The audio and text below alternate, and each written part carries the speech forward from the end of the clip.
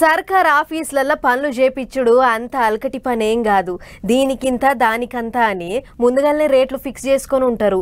సంతకాలు పెట్టేటి పెద్ద ఆఫీసర్ కాడ్నుంచెల్లి కాగితాల మీద ముద్దర్లేసేటి చెప్రాసి దాకా ఎవళ్ళకి అందేది వాళ్ళకి అందాల్సిందే.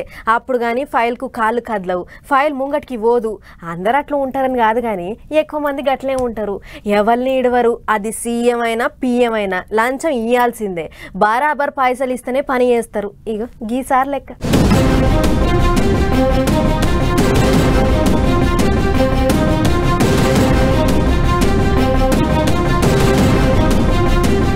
ముగ్గు వయ్యాలన్నా లంచం, కొత్తగా ఇల్లు కట్టాలన్నా లంచం, కట్టినింటికి కరెంటు పెట్టాలన్నా లంచం. అట్టనే ఉన్నది ఇప్పుడు ఏపీలో ఆఫీసర్ల పనితనం. ఎవరిని మందలిచ్చినా బల్ల కింద చేయి పెట్టంది పని కావట్లేదు, ఫైలు ముందడికి కదులుతలేదు.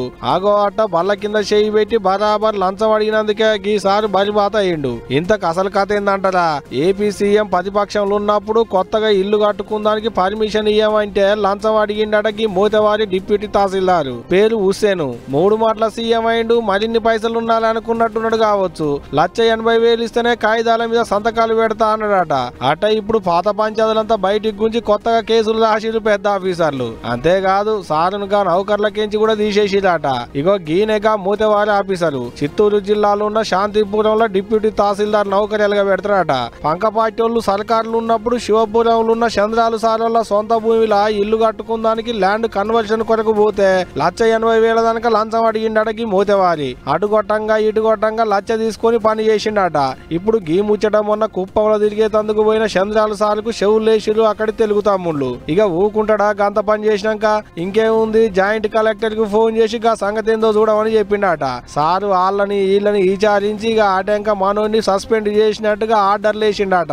అయినా 3 మాటల సీఎం అయినోడు 4వ సీఎం కాడనుకున్నాడా ఎట్టా? లేకుంటే మళ్ళా సీఎం అయినా నన్నేం చేస్తాడు అనుకున్నాడా? 3 మాటల సీఎం అయిన చంద్రన్న కాన్నే 1,00,000 గుంజిండంటే తతిమోళ్ళ పరిస్థితి ఏంది అనుకుంటున్నాట అక్కడి పబ్లిక్. ఏదైతే గాని గట్టోడే ఉన్నాడు పోండ్రి. మనోని పనితనానికి సీఎం అయితేంది పిఎం అయితేంది, పని కావాలంటే ఎవరైనా లంచం ఇయ్యాల్సిందే. మరి అట్టుంటది మరి మనోని పనితనం.